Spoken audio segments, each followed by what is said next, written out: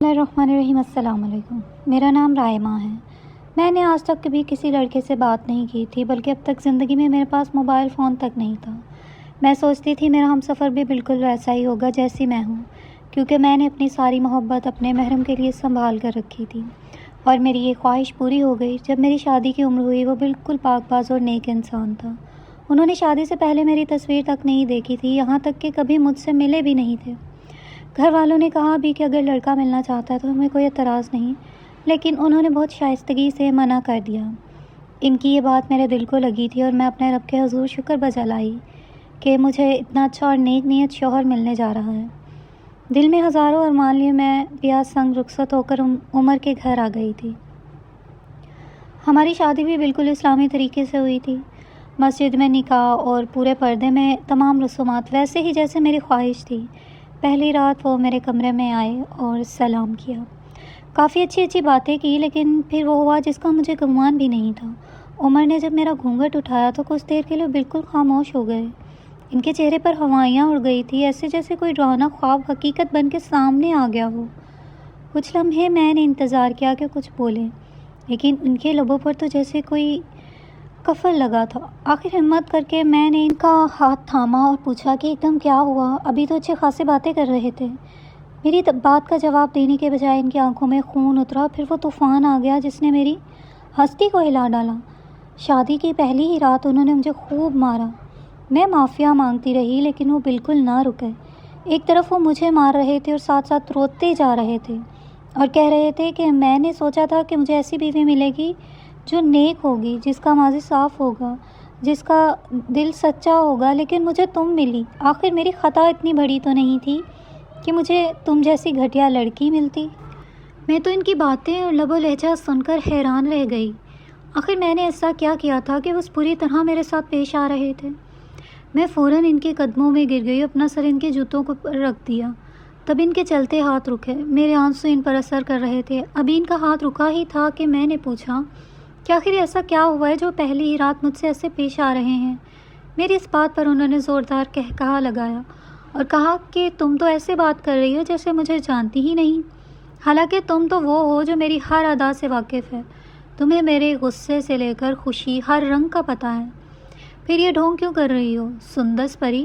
عمر کے منہ سے یہ نام سن کر میں حیران ہوئی، اور پھر کہا کہ میں نہیں جانتی کہ آپ کس کی بات کر رہے ہیں، لیکن میں سچ میں آپ کو نہیں جانتی، بلکہ آپ کو تو کیا، میں نے اپنی زندگی میں اب تک ابا اور بھائی کے علاوہ کوئی مرد سے رابطہ نہیں کیا، اور نہ ہی میں ان کے علاوہ کسی کو جانتی ہوں۔ میرے کردار کی گواہی تو میرا پورا خاندان دیتا ہے۔ میں وہ واحد لڑکی ہوں جس نے آج تک موبائل فون تک استعمال نہیں کیا۔ آپ کس بنیاد پر مجھ پر شک کر رہے ہیں؟ میں نے ہمت کر کے ایک ہی سانس میں نے خوب سنا دی تھی، جس پر وہ خاموش ہوئے تھے۔ پھر کہنے لگے، ایسا کیسے ہو سکتا ہے کہ تمہارے پاس موبائل نہ ہو؟ تو مجھ سے، بلکہ مجھ سے نہیں اور بھی کئی لڑکوں سے بات کرتی تھی، تو وہ خط کے ذریعے تو نہیں ہوگا نا؟ پورے جہان کو اپنی تصویریں بھیجتی رہی، اور آج کہہ رہی ہو کہ آپ مجھ پر شک کر رہے ہیں؟ ان تصویروں والی بات پر میرا ماتھا ٹھنکا تھا، اور میں نے کہا کہ میں نے آج تک کوئی بھی تصویر بنائی ہی نہیں ہے، ایسے کیسے ہو سکتا ہے؟ لیکن عمر نے کچھ کہنے کے بجائے اپنا موبائل کھولا اور پھر کچھ تصویریں نکال کر میرے سامنے رکھی، اور وہ دیکھ کر میرے پیروں تلے سے زمین نکل گئی، کیونکہ وہ میں ہی تھی، الگ الگ دن، الگ الگ کپڑوں میں، مسکراتے ہوئے۔ اور پھر مجھے ساری کہانی سمجھ آ گئی کہ اس سب کے پیچھے کون تھا جو خود کو منظر سے غائب تھا، لیکن میری زندگی شروع ہونے سے پہلے ہی آگ لگا چکا تھا۔ میں نے عمر سے کہا، مجھے سب سمجھ آ گیا ہے کہ کیا ہو رہا ہے، اور پھر میں نے کہانی بتانا شروع کی۔ ہم لوگ سب مشترکہ خاندان میں رہتے تھے۔ سارا بچپن چاچیوں اور ان کی اولادوں کے ساتھ گزرا تھا۔ دلوں میں بھر بھر کے نفرتیں لیے ہم بڑے ہوئے تھے۔ ہمارے خاندان کی سب لڑکیوں کے پاس موبائل تھا سوائے میرے۔ میں مدرسے جاتی تھی اور میرا دھیان اس سب خرافات سے بالکل نہیں تھا، اس لیے میں ایسا کچھ نہیں کرتی تھی، لیکن میری کزن سویرا ہر قسم کے سوشل میڈیا پر تھی۔ ایک اپ ٹو ڈیٹ لڑکی جس کو سب پتہ ہوتا تھا۔ وہ ہمیشہ مجھے کہتی کہ تم جتنی خوبصورت ہو، تم اگر سوشل میڈیا پر آ جاؤ تو تہلکہ مچ جائے گا، اور پھر ہر بندہ تمہارا ہی دم بھرتا نظر آئے گا۔ لیکن ہر بار میں سہولت سے انکار کر دیتی اور یہی کہتی کہ مجھے اس خرافات میں کسی بھی قسم کی کوئی دلچسپی نہیں ہے۔ لیکن پھر کچھ عرصے سے ایک عجیب سی چیز ہونا شروع ہوئی تھی۔ سویرا میرے پاس آتی اور کافی وقت گزارتی، بہت اچھی اچھی باتیں جن میں سوشل میڈیا کا ذکر بھی نہیں ہوتا تھا۔ یہ ایک اچھا تاثر تھا، مجھے لگنے لگا تھا کہ وہ سدھر گئی ہے، اب اس کا دھیان ان سب چیزوں سے ہٹ کر مذہب کی طرف ہو گیا ہے، جو کہ خوش آئند بات تھی۔ اس لیے میں بھی اس کے ساتھ بہت محبت سے پیش آتی تھی۔ اس کے پیار کا جواب میں نے دگنی چاہت سے دیا تھا، لیکن پھر کچھ عجیب سا ہوا تھا۔ وہ مجھے کہتی کہ میں آپ کی تصویر بناؤں گی، آپ اتنی خوبصورت ہو، یہ اچھے لمحے ہم قید کرتے چاہیے۔ میں نے صاف منع کر دیا، لیکن پھر اس نے کہا کہ آپ کو شاید مجھ پر بھروسہ نہیں ہے، آپ بچپن کی باتیں دل میں دبا کر بیٹھی ہو۔ اس کی بات میرے دل کو لگی اور پھر میں نے اپنی تصویریں کھنچوائی تھیں اور اس دن ہم نے خوب مزہ کیا۔ اب مجھے اس پر بھروسہ ہوتا جا رہا تھا۔ اب ہم اکثر ساتھ رہتے تھے۔ سویرا کے پاس میری ہزاروں تصویریں تھیں اور اب وہ میری بہن سے بھی زیادہ عزیز تھی، اس لیے مجھے کسی بھی قسم کی کوئی قباحت نہیں ہوتی تھی۔ لیکن میں آج سمجھی تھی کہ آخر کیوں ایک دم سے وہ میرے ساتھ اتنے اچھے سے پیش آنے لگی تھی۔ مجھے سارا بچپن مجھ سے دور بھاگتی رہی اور میری غیبتیں کرتی رہی۔ اسے جب مجھ پر پیار آیا تھا، اس کے پیچھے اس کا اپنا ہی مفاد تھا۔ میں نے ساری بات عمر کو بتائی تو وہ خاموش ہو گئے اور پھر انہوں نے کہا کہ میں آپ پر بھروسہ کرتا ہوں، لیکن ہمیں اسے بھی ایسے نہیں چھوڑنا چاہیے، کیونکہ سویرا نے آپ کی تصویریں ایک جگہ پر نہیں، کئی جگہ دی ہیں، کئی لڑکوں کے پاس آپ کی تصویریں ہوں گی۔ یہ بات سن کر میں ٹھٹکی تھی۔ تب مجھے عمر نے پوری بات بتائی کہ میں ان دنوں آسٹریلیا سے واپس آیا تھا اور کافی بور ہوتا تھا، اس لیے میں نے سوچا کہ سوشل میڈیا کا استعمال کیا جائے تاکہ اپنی بوریت ختم کروں۔ اس لیے میں نے اکاؤنٹ بنائے اور پھر وہاں مجھے ایک لڑکی ملی، سندس پری کے نام سے۔ وہ بہت اچھی تھی اور بہت شوق بھی۔ اس نے مجھے بالکل ہی بدل کر رکھ دیا۔ سارا دن میں اس سے بات کرتا تھا اور مجھے اتنی عادت ہو گئی تھی کہ جب وہ بات نہ کرتی تو میں پاگل ہو جاتا تھا، مجھے الجھن ہوتی۔ دھیرے دھیرے وہ میری زندگی کا ایک حصہ بن گئی تھی، جو کہ میرے لیے بہت ضروری تھا۔ میں اس پر کتنا منحصر تھا مجھے پتہ لگا تھا۔ تبھی میرے دل میں خواہش ابھری کہ میں اس پرورش سے ملوں جس نے میری زندگی کو اتنا روشن کر دیا ہے۔ اس لیے میں نے اس سے کہا مجھے اسے دیکھنا ہے، لیکن وہ صاف مکر گئی اور کہا میں نہیں چاہتی آپ مجھے دیکھیں، کیونکہ میں حسین نہیں ہوں اور نہ ہی اس لائق ہوں کہ مجھے کوئی بھی دیکھے۔ اس کی بات پر مجھے بہت برا لگا۔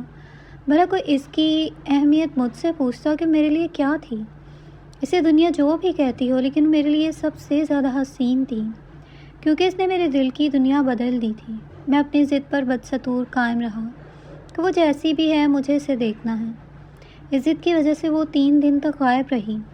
اس کی غیر موجودگی میں نے سوچا کہ اب اس سے ایسا کوئی بھی تقاضا نہیں کروں گا، وہ جیسی بھی ہے، حسین ہے یا نہیں، مجھے قبول ہے، کیونکہ محبت صورتوں سے نہیں ہوتی۔ لیکن جب وہ آئی تو اس نے بنا کوئی بات کیے پہلے مجھے تصویریں بھیجیں اور پھر کہا کہ اگر آپ مجھے ٹھکرانا چاہتے ہیں تو یہ بھی آپ کی مرضی ہے۔ لیکن وہ اتنی خوبصورت تھی کہ مجھے اس سے عشق ہوتا گیا۔ اب وہ اکثر مجھے تصویریں بھیجتی رہتی تھی۔ ایک دن مجھے خیال آیا کیوں نہ میں اس کا اکاؤنٹ چیک کروں۔ ایسا نہیں تھا کہ مجھے اس پر کسی قسم کا کوئی شک تھا، لیکن بس شوق میں آ کر میں نے اس کا سوشل میڈیا کا اکاؤنٹ ہیک کر لیا۔ لیکن میں نے جس اشتیاق سے وہ اکاؤنٹ کھولا تھا، مجھے ایک بڑا جھٹکا لگا تھا، کیونکہ وہاں صرف میں ہی نہیں اور بھی بہت سے لڑکے تھے جو مجھ جیسے اس سے محبت کرتے تھے۔ بالکل ویسی ہی باتیں، ویسا ہی پیار اور ویسے ہی اظہار، سب ایک جیسا تھا، بس لوگ الگ تھے۔ اس نے ایک نہیں کئی لڑکوں کو تصویریں بھیجی تھیں۔ اس بات سے مجھے لگا جیسے میں بھی ابھی لڑکی کے ہاتھوں پاگل بن گیا ہوں۔ میں نے جب اسے بتایا کہ میں اس کی حقیقت جانتا ہوں، تب اس نے کہا تو کیا ہوا، اچھا ہے جان گئے، تم جیسے تو کئی لوگ ہیں جو میرے عشق میں پاگل ہیں۔ اس بڑی ٹھوکر کے بعد میں دنیا سے الگ ہو گیا اور سوچا کہ اب میں نیک راہ پر چلوں گا تاکہ مجھے نیک شریک حیات ملے۔ عمر کی باتیں سن کر مجھے حقیقت مزید واضح ہو گئی تھی اور پھر میں نے سوچا آخر اس کا پردہ فاش کر دیا جائے۔ میں اپنے میکے رہنے کے لیے گئی تھی اور وہاں میں نے دیکھا کہ سویرا ہمیشہ کی طرح مجھ سے ویسے ہی ملتی تھی جیسے پہلے ہوتا تھا۔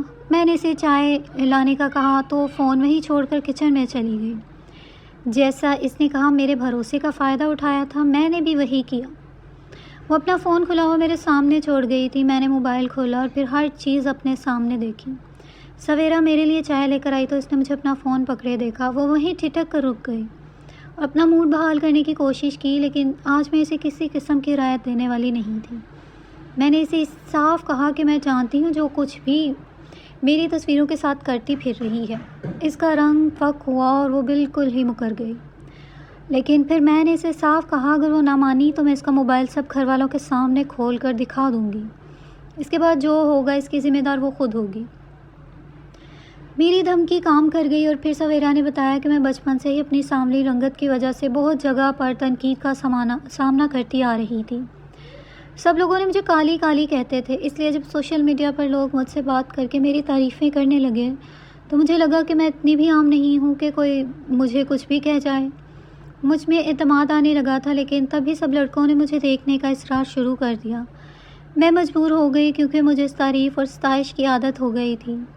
میں سب سے دور نہیں جانا چاہتی تھی، لیکن اپنے رنگ اور شکل کو لے کر میں اتنی جگہ دھتکاری جا چکی تھی تو مجھے ڈر تھا کہیں یہاں بھی باتوں کا سامنا نہ کرنا پڑے۔